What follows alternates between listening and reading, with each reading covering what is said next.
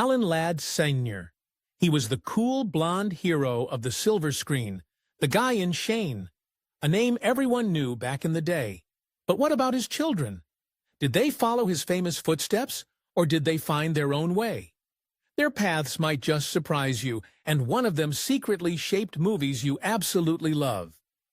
Number 3. Alana Ladd Jr. Born on October 22, 1937, or Laddie, as he was known, was Alan Sr.'s oldest son. And you might think he became an actor too, right? Nope. Laddie chose a different path, one that would make him arguably even more influential in Hollywood than his famous father. But most people have never even heard of him. His relationship with his dad was, in his own words, basically non-existent, sparse. Maybe seeing his father's intense public life made him wary of the spotlight. Instead of stepping in front of the camera, Laddie worked behind the scenes. He started as a talent agent in 1963, then moved to London, producing films independently. He was learning the ropes, building his own reputation. The real magic started when Laddie joined 20th Century Fox in 1973, becoming president of the film division by 1976. Now here's where the story gets wild. A young filmmaker named George Lucas came to him with an idea for a space adventure.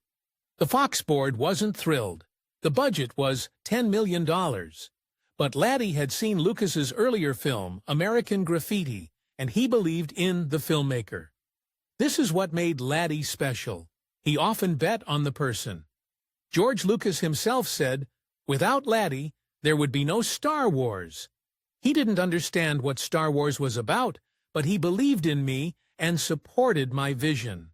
Laddie, in his typical quiet way, later said his biggest contribution was keeping my mouth shut and standing by the picture. That little space adventure became Star Wars. It changed movies forever. And Laddie was the guy who gave it the green light. He did make one tiny oversight, though, giving Lucas the merchandising rights instead of a big raise. A decision that made Lucas an unimaginable fortune. But Star Wars wasn't his only bold move. At Fox, Laddie also backed films like Alien, launching another huge franchise. Young Frankenstein, Mel Brooks's comedy masterpiece. Norma Ray, earning Sally Field her first Oscar. The Rocky Horror Picture Show, the ultimate cult classic. That's an incredible lineup. After Fox, Laddie co-founded the Ladd Company in 1979. They made some fantastic films, Chariots of Fire, 1981, which won Best Picture, Blade Runner, 1982, Ridley Scott's sci-fi classic. It wasn't a huge hit at first and was expensive, but Laddie backed it. Today, it's iconic. Body Heat, 1981, a steamy neo-noir. The Right Stuff, 1983, an epic about the first astronauts. Police Academy, 1984, a surprise comedy hit. Making these movies wasn't always easy. Ambitious films were expensive, and even with hits, the Ladd Company faced money troubles. It's a tough business. Laddie then moved to MGM UA in 1985, eventually becoming chairman and CEO. He was involved in hits like Moonstruck, A Fish Called Wanda, Rain Man, another Best Picture winner, and Thelma and Louise. Think about that amazing ending of Thelma and Louise. Laddie fought to keep it. He also suggested making Ripley an alien, a woman. His time at MGM got complicated when a controversial financier, Giancarlo Peretti, bought the studio. It was chaotic. Eventually, Peretti was ousted, and Laddie took over as CEO of MGM Pathé in 1991, trying to stabilize the struggling studio. But the debt was too much, and in 1993, he was dismissed. As part of his deal, though, he got to take 2 film projects with him. This could have been the end, but Laddie was resilient.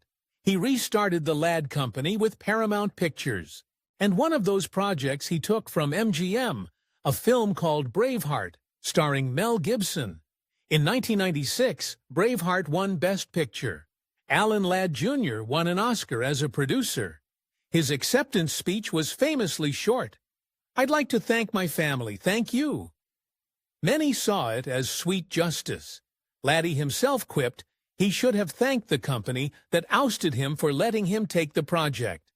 The re-established Ladd Company made more films like the Brady Bunch movie and Ben Affleck's directorial debut, Gone Baby Gone, 2007. Alan Ladd Jr. passed away in 2022 at 84. The films he touched got over 150 Oscar nominations and 50 wins. His daughter, Amanda Ladd Jones, made a documentary. Laddie, the man behind the movies, calling him the most influential movie executive you never heard of. He was known for his quiet style, integrity, and belief in filmmakers. Number 2, Alana Ladd. Alan Ladd Sr.'s daughter with his second wife, Agent Sue Carroll, was Alana Susan Ladd, born in 1943 in Hollywood. Growing up with a movie star dad and an agent mom, Hollywood was just life. Like many kids of stars, Alana tried acting. She was an uncredited little girl in Shane and had a few credited roles in the early 1960s like Guns of the Timberland, 1960, and Young Guns of Texas, 1962. She also did a couple of TV guest spots. Her acting career was short, mainly when she was in her late teens. It seems like it might have been something she explored rather than a lifelong passion. The pressure of being Alan Ladd's daughter on camera must have been intense. In 1965, Alana married Michael Jackson, not the pop star, but a British-born radio commentator well known in Los Angeles. They were married for nearly 50 years until Alana passed away. This choice and her brief acting career suggest she wanted a life connected to Hollywood, but with its own space. Alana and Michael had 3 children, Alan, Elisa, and Devon, and she became a grandmother. It sounds like she embraced a more private life, focused on her family. Around 2001, Alana suffered a stroke that limited her mobility. She dealt with this serious health issue for over a decade, mostly away from the public eye, showing quiet strength. Alana Ladd Jackson passed away on November 23, 2014, at 71. Number 1. David Ladd, born in 1947, was the son of Alan Ladd Sr. and Sue Carroll. His mom, Sue Carroll, was a former actress turned super agent who managed Ladd Sr.'s career. So David grew up knowing the movie business inside and out. Like his sister, David started acting young. He was an uncredited little boy in Shane. His first proper role was in The Big Land, 1957. His big break came with The Proud Rebel in 1958. He was only 10, playing his dad's on-screen son, a boy mute after a trauma. His performance was a huge hit. The New York Times praised his surprising naturalness. He won a Golden Globe for Best Juvenile Performance and was even nominated for Best Supporting Actor against adults. This led to more starring roles for young David, The Sad Horse, 1959, A Dog of Flanders, 1960, and Misty, 1961. He also appeared in popular TV shows. As he got older, David kept acting, though less. You might have seen him in films like RPM, 1970, and The Wild Geese, 1978. But David didn't just want to act. He got a business degree from USC. Smart.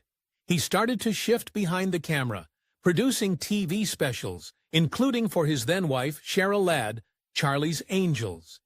He then moved to Columbia Pictures as a creative executive. Then came a big step. In 1988, he joined his half-brother, Alan Ladd Jr., to form Pathé Films, the Ladd brothers working together. Pathé Films eventually bought MGM. David Ladd spent about 17 years connected with Pathé MGM as Executive Vice President of Production.